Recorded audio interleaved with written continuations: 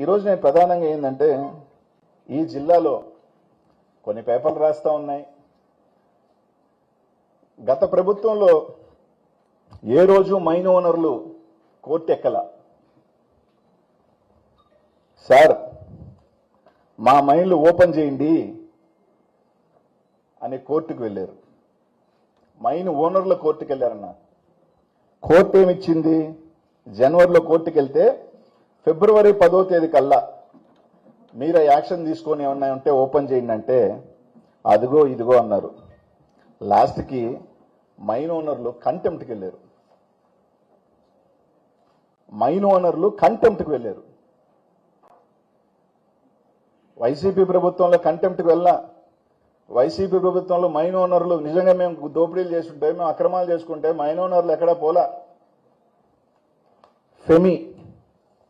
ఫెమి అంటే ఒక mineral association, federation of mineral industry, FIMI ఇండియాకి సంబంధించిన వాళ్ళు ఒక లెటర్ రాశారు. వేలాది మంది జీవితం కోల్పోతున్నారు, మైన్లు ఓపెన్ చేయలేకుండా మేము డెడ్ రెంట్ కట్టుకోవాల్సి వస్తుంది, మేము బాడుగలు కట్టుకోవాల్సి వస్తున్నాం, దయచేసి ఓపెన్ చేయమని చెప్పి ఫెమి ఒక లెటర్ రాసింది. మైనింగ్ సెక్రటరీ కాంతారావు గారిని కలిశారు. ఇది కాకుండా ట్విట్టర్లో ఈ రాష్ట్ర ముఖ్యమంత్రిని ట్యాగ్ చేస్తూ రాసిన వార్తలు ఇవన్నీ కూడా ట్విట్టర్లో.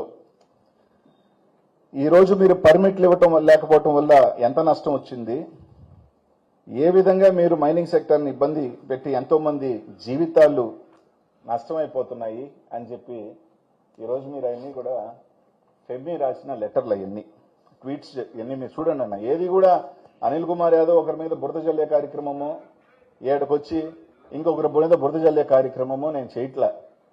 ఇది అన్నీ కూడా రికార్డెడ్ ఎవిడెన్సెస్.